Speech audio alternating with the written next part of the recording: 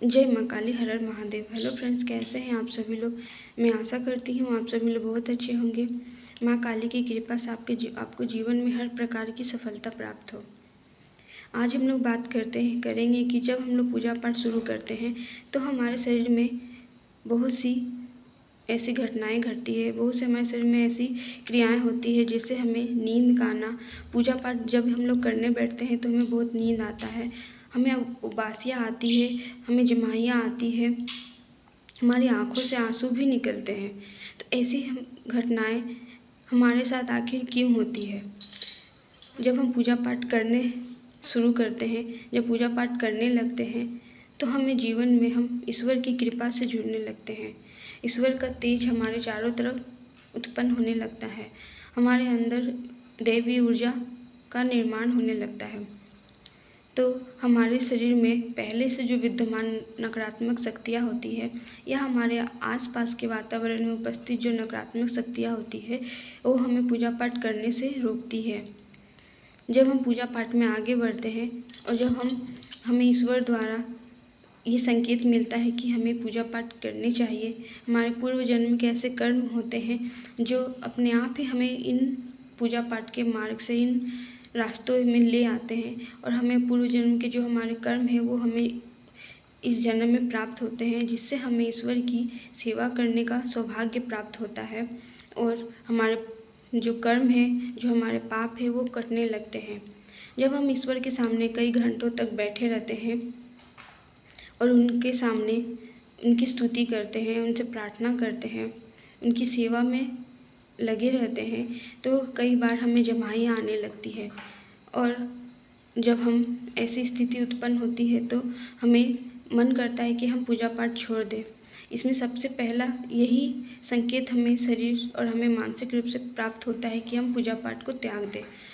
क्योंकि ये स्थिति तभी उत्पन्न होती है जब हमें पूजा पाठ में मन लगने लगता है और पूजा पाठ से हमारा कुछ अच्छा होने लगता है, हमारे परिवार का अच्छा होने लगता है, सबका कल्याण होने लगता है। तो ये जो नकारात्मक शक्तियाँ होती है वो हमें इन कार्यों से अलग करना चाहती है और हमें और हमारे परिवार का, हमारे समाज का कल्याण नहीं करना ही उनका उद्देश्य हो जाता है। इसलिए वो हमें पूजा पाठ करने से रोकती है। तभी हमारे शरीर में कई ऐसी चीज़ें होने लगती है, जैसे जमाइयाँ का आने लगती है। जब हम पूजा पाठ में कई घंटों तक बैठते हैं, ईश्वर को देखते हैं, उनसे प्रार्थना करते हैं तो एकाएक हमारे आँखों से अश्रु भी बहने लगते हैं, हमारे आँखों से आंसू निकलने लगते हैं। ये जो हमारे आँखों से आंसू निकलते हैं ये बस नकारात्मक ऊर्जा का अंश होता है जो हमारे आँखों के माध्यम से निकलने लगते हैं। उनका जो जमाव हमारे शरीर में होने लगता है, जो नकारात्मक ऊर्जा हमारे शरीर में बैठे रहती है वो कहीं ना कहीं इन देवी ऊर्जा के आने से कष्ट पाती है और ये कहीं ना कहीं हमारे शरीर से निकलने का अपना रास्ता बनाती है, एक माध्यम चुनती है। तो ये नकारात्मक शक्तियाँ आँखों के माध्यम से भी हमारे शरीर से निकलने का प्रयास करती है, क्योंकि ये जो नकारात्मक शक्तियाँ हैं अब इनका हमारे शरीर में वास नहीं हो सकता है, क्योंकि ब्रह्मांड की शक्तिशाली शक्तियाँ जब हमारे शरीर को एक सुरक्षा कवच प्रदान करती है तो ये नकारात्मक शक्तियों को हमारे शरीर से पृथक होना ही पड़ता है और ये हमारे शरीर का प्रभाव को ये हमारे शरीर को ये कष्ट नहीं पहुंचाती है, इनका प्रभाव हमारे शरीर में कम होने लगता है। कई बार जब हम पूजा पाठ करने बैठते हैं तो हमें नींद आने लगता है। नींद आने का कारण है कि हमारे शरीर का जो ऊर्जा है वो हमारे शरीर को कमज़ोर करती है और हमारे शरीर को वही ऊर्जा कमज़ोर कर सकती है जो नकारात्मक होती है। सकारात्मक ऊर्जा कभी भी हमारे शरीर को कमज़ोर नहीं करेगी,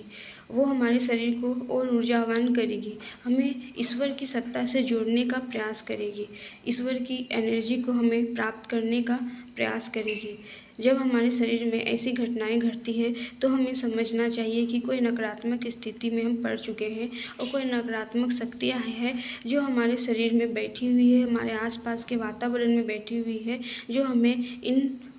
अच्छे कार्यों को करने के लिए, इन शुभ कार्यों को करने से रोकती है, पूजा पाठ को त्यागने का हमें संकेत देती है, लेकिन हमें पूजा पाठ को नहीं त्यागना चाहिए। यदि इस तरह के लक्षण हमारे शरीर में दिखते हैं तो हमें पूजा पाठ को और नियमित रूप से करना चाहिए और इसे बीच बीच में नहीं छोड़ना चाहिए, क्योंकि यदि हम इसे बीच में छोड़ देते हैं तो ये नकारात्मक शक्तियाँ हैं, ये दोगुना रूप से हमारे शरीर को प्रभावित करती है, हमारे आसपास के वातावरण को प्रभावित करती है, क्योंकि ये शक्तियाँ हमारे शरीर को कहीं ना कहीं हानि पहुंचाना चाहती है। जब हमारे शरीर में ऐसी घटनाएं घटती है तो हमें कभी भी ईश्वर के चरणों को नहीं छोड़ना चाहिए और अपना कल्याण, अपने परिवार का कल्याण, समाज के कल्याण के लिए हमें इन रास्तों में चलना चाहिए और ईश्वर से जुड़ना चाहिए। जब हमारे शरीर में ऐसी घटनाएं होती है तो हमें ये समझना चाहिए कि ये घटनाएं यूं ही नहीं घटती, हमारे आसपास में भी कई सारी ऐसी नकारात्मक शक्तियाँ उपस्थित होती है जो हमारे पूजा पाठ को खराब करना चाहती है और हमें पूजा पाठ से हमारा मन हटा देना चाहती है, हमारा मन को विचलित करना चाहती है, क्योंकि नकारात्मक शक्ति आसपास यदि उपस्थित होती है तो हम ये पूजा पाठ नहीं करने देंगे, वो हम ईश्वर के सामने बैठ कर के प्रार्थना नहीं करने देंगे और हमें अपने परेशानियों को भी समाप्त नहीं करने देंगे। जब हम किसी शक्ति से जुड़ते हैं, जब कोई देवी कृपा से जुड़ते हैं तो हमारे शरीर में, हमारे आसपास में उन देवी कृपा का प्रभाव पड़ना शुरू होने लगता है, हमें हमारे अंदर इन ऊर्जाओं का आने का सोर्स बनने लगता है। इसलिए ये जो नकारात्मक शक्तियाँ होती है ये हमारे शरीर को कहीं ना कहीं तोड़ना चाहती है, कमज़ोर करना चाहती है। यदि हम शारीरिक रूप से टूट जाते हैं, मानसिक रूप से टूट जाते हैं तो हमें पूजा पाठ भी नहीं करने देना उनका ये उद्देश्य होता है। इसलिए हमें जीवन में कभी भी माँ काली की सेवा, हनुमान जी की सेवा, इन सभी ईश्वरीय सत्ता की सेवा नहीं छोड़नी चाहिए और हमें ईश्वर के चरणों से जुड़ा रहना चाहिए और इन नकारात्मक शक्तियों के प्रभाव में नहीं पड़ना चाहिए। जय माँ काली, हर हर महादेव।